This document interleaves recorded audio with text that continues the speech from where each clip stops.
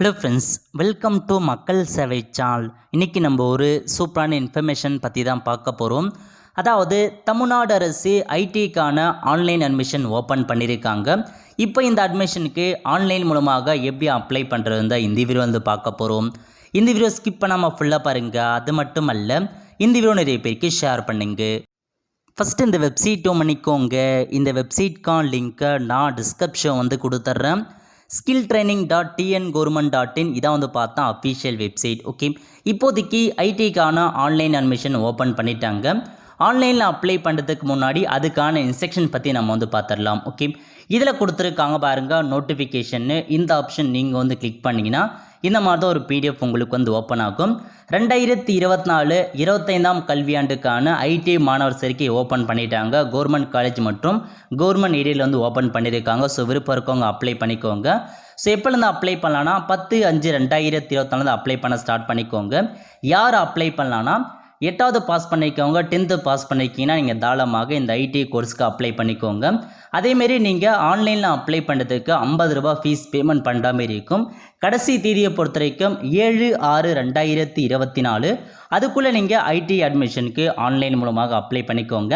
Next உங்களுக்கான prospectus கொடுத்துருக்காங்க பாருங்கள். இந்த ஆப்ஷன் நீங்கள் வந்து கிளிக் பண்ணிங்கன்னா இந்த மாதிரி தான் ஒரு பிடிஎஃப் உங்களுக்கு வந்து ஓப்பன் ஆகும். ஓகே, இந்த ஐடி அட்மிஷன்ஸ் பற்றி ஃபுல்லாகவே நீங்கள் தெளிவாக இது மூலமாக நீங்கள் வந்து தெரிஞ்சுக்கலாம்.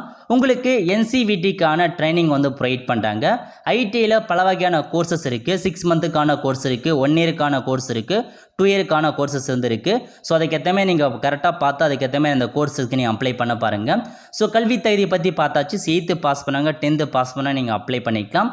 நெக்ஸ்ட்டு உங்களுக்கு வந்து பார்த்தா கல்வி தகுதி கொடுத்துருக்காங்க பாருங்கள். மினிமம் வந்து 14 வயசு வந்து கம்ப்ளீட் ஆகிருக்காங்க பாருங்கள். அவங்க மட்டும் தான் அட்மிஷனுக்கு அப்ளை பண்ணுற மாதிரி இருக்கும். நெக்ஸ்ட்டு இடஒதுக்கீடு ரிசர்வேஷன் கம்யூனிட்டி அடிப்படையில் யாருக்கு எவ்வளோ இடஒதுக்கீடு போகுதுன்னு கொடுத்துருக்காங்க. ஸோ செக் பண்ணி பார்த்து அப்ளை பண்ணுங்கள். ஓகே, நெக்ஸ்ட் உங்களுக்கான கவுன்சிலிங் பற்றி கொடுத்துருக்காங்க. கவுன்சிலிங் பொறுத்த வரைக்கும் ஆன்லைன் மூலமாக தான் உங்களுக்கான கவுன்சிலிங் நடக்க போகுதுன்றதை கொடுத்துருக்காங்க. ஸோ இதிலே தெளிவாக வந்து ப்ரொவைட் பண்ணியிருக்காங்க. செக் பண்ணி பார்த்துக்கோங்க. ஸோ உங்களுக்கு கவுன்சிலிங் எப்படி நடைபெற போகுதுன்னா ரேங்க் லிஸ்ட் ரிலீஸ் பண்ணுவாங்க. ரேங்க் லிஸ்ட்டை பொறுத்த வரைக்கும் நீங்கள் 8th 10th எவ்வளோ மதிப்பெண் எடுத்தீங்களோ அதை பேஸ் பண்ணி ரேங்க் லிஸ்ட்டை வந்து பார்த்தா வெளியிடுவாங்க.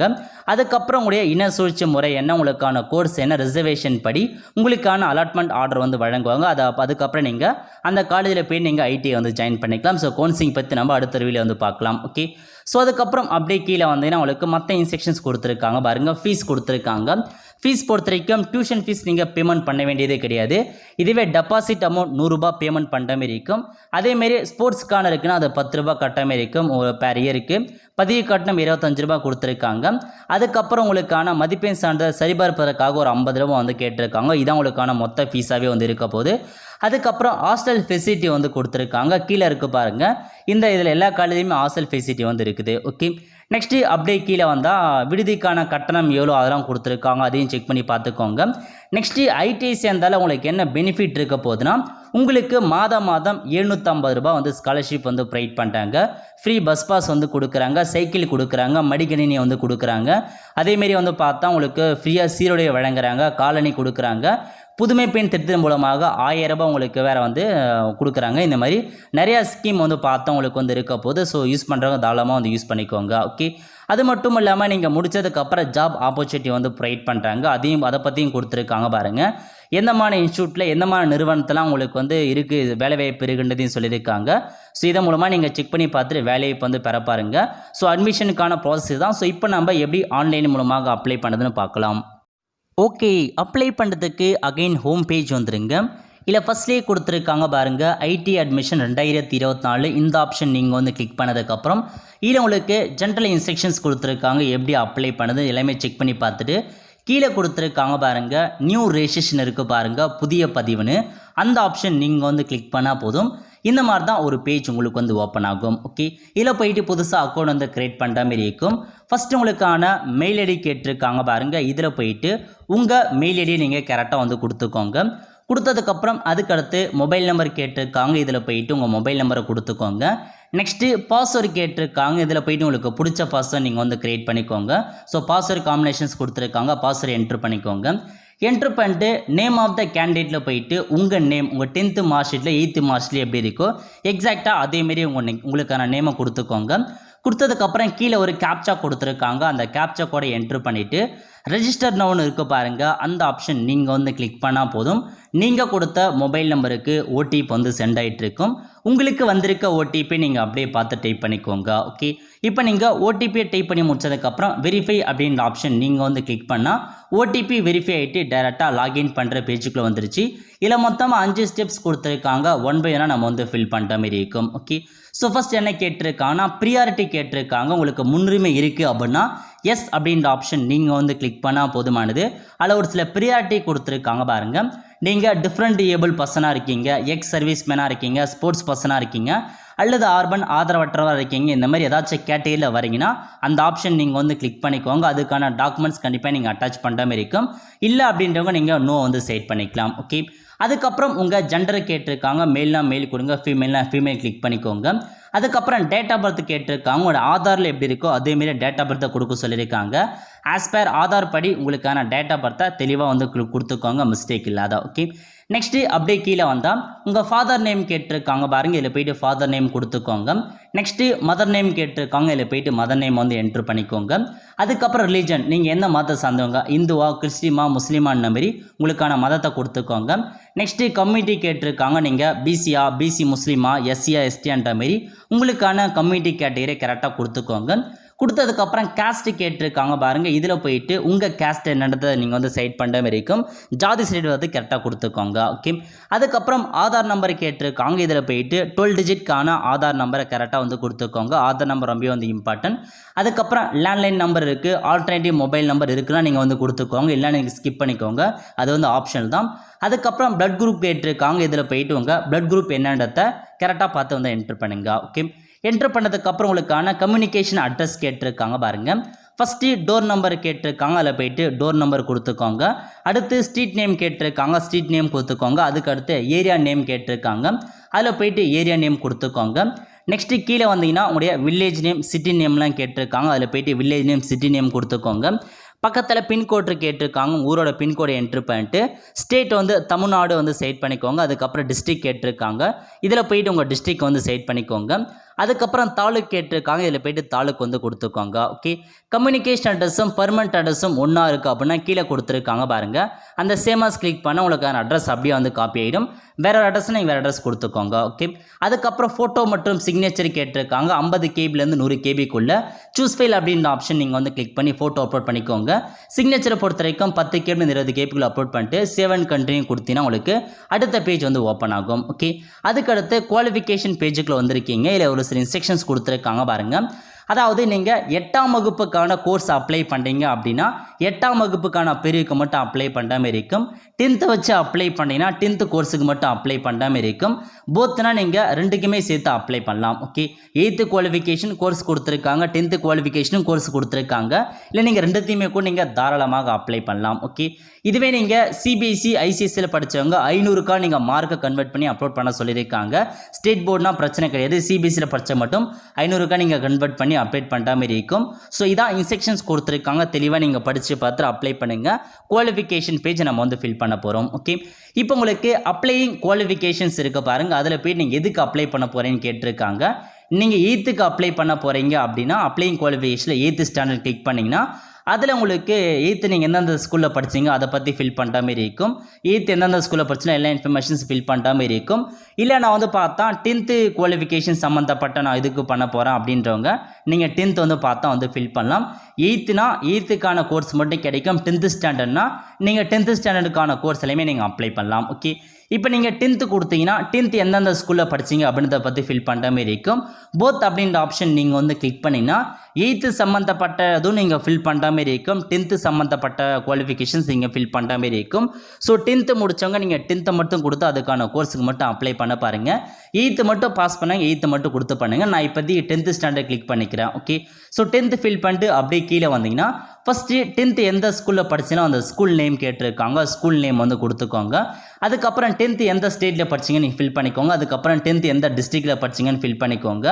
ஃபில் பண்ணி முடிச்சதுக்கப்புறம் உங்களுக்கான சர்டிஃபிகேட் நம்பர் கேட்டிருக்காங்க பாருங்கள். 10th சர்டிஃபிகேட் நம்பர் இருந்தால் கொடுங்க, இல்லை நீங்கள் ஸ்கிப் பண்ணிக்கோங்க. அதேமாதிரி ரெஜிஸ்ட்ரேஷன் நம்பர் கேட்டிருக்காங்க. ரெஜிஸ்ட்ரேஷன் நம்பர் இருந்தால் கொடுங்க, இல்லை ஸ்கிப் பண்ணிக்கோங்க. ரெண்டுமே ஆப்ஷனில் தான் கொடுத்துருக்காங்க. ஓகே, அதுக்கடுத்து 10th எப்போ பாஸ் பண்ணீங்க அதுக்கான மந்த்து மற்றும் இயர் கேட்டிருக்காங்க.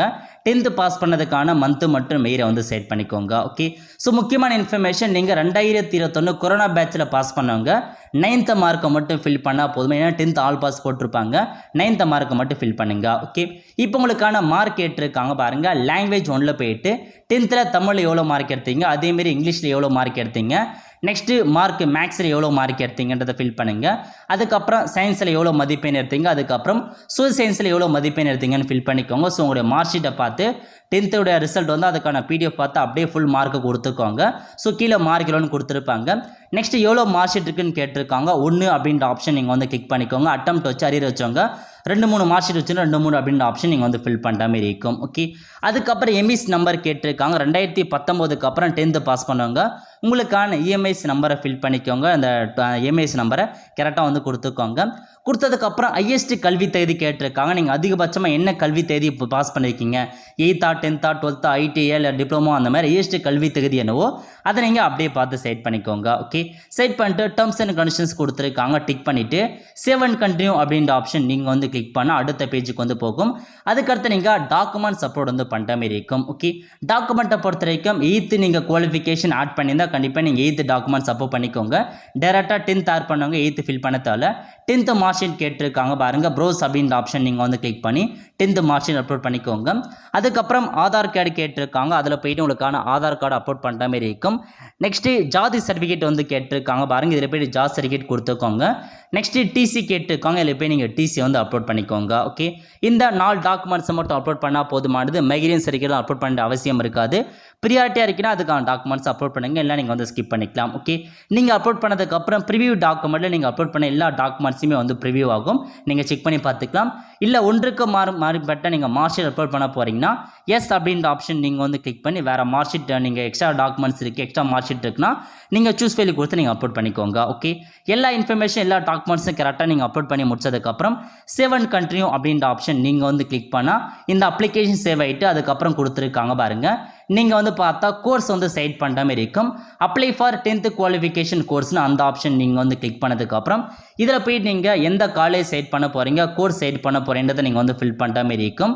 ஃபஸ்ட்டு டிஸ்ட்ரிக் கேட்டிருக்காங்க. எந்த டிஸ்ட்ரிக் காலேஜ் செட் பண்ண போகிறோ அந்த டிஸ்ட்ரிக்டை செட் பண்ணிக்கோங்க. செட் பண்ணிட்டு அந்த டிஸ்ட்ரிக்டில் உள்ள எல்லா காலேஜையுமே வந்து ஷோ ஆகும். நீங்கள் எந்த காலேஜுக்கு அப்ளை பண்ண போகிறோ அந்த காலேஜை வந்து செட் பண்ணிக்கோங்க. செலக்ட் பண்ணிவிட்டு அதில் எந்த கோர்ஸ் செலக்ட் பண்ண போகிறீங்க அப்படின்னு டிசைட் பண்ணுற மாதிரி இருக்கும். எலக்ட்ரிஷியனா, ஃபிட்டரா, அந்த மாதிரி எந்த கோர்ஸ்னு கொடுத்துக்கோங்க. இதேமாரி டிஸ்ட்ரிக் சேம் அதே டிஸ்ட்ரிக்டை நீங்கள் வந்து செட் பண்ணிட்டு சேம் அதே காலேஜை நீங்கள் வந்து செட் பண்ணிட்டு அதில் வேறு கோர்ஸை நீங்கள் வந்து கொடுத்துக்கலாம். இந்த மாதிரி நீங்கள் எவ்வளோ காலேஜ் வேணாலும் செட் பண்ணிங்க, எந்த டிஸ்ட்ரிக் வேணாலும் நீங்கள் வந்து செட் பண்ணிக்கலாம். பட் நீங்கள் ஒரே காலேஜில் வேறு வேறு கோர்சஸ் வந்து செட் பண்ண பாருங்கள். ஸோ இந்த மாதிரி டிஸ்ட்ரிக் மாற்றி வேறு டிஸ்ட்ரிக் இருக்க காலேஜை நீங்கள் வந்து செட் பண்ணிக்கலாம். இப்போ நான் வந்து பார்த்தா வேறு டிஸ்ட்ரிக் வந்து செட் பண்ணிக்கிறேன். அதில் எந்த காலேஜ் இருக்கோ அந்த காலேஜ் செட் எந்த கோர்ஸ் வேணுமோ அந்த கோர்ஸ் நீங்கள் வந்து கொடுத்துக்கோங்க. ஓகே, இந்த மாதிரி தான் ஒரு டிஸ்ட்ரிக்ட்லேருந்து எந்த காலேஜிலும் அப்ளை பண்ணுங்க, எந்த கோர்ஸ்லாம் நீங்கள் அப்ளை பண்ணிக்கோங்க.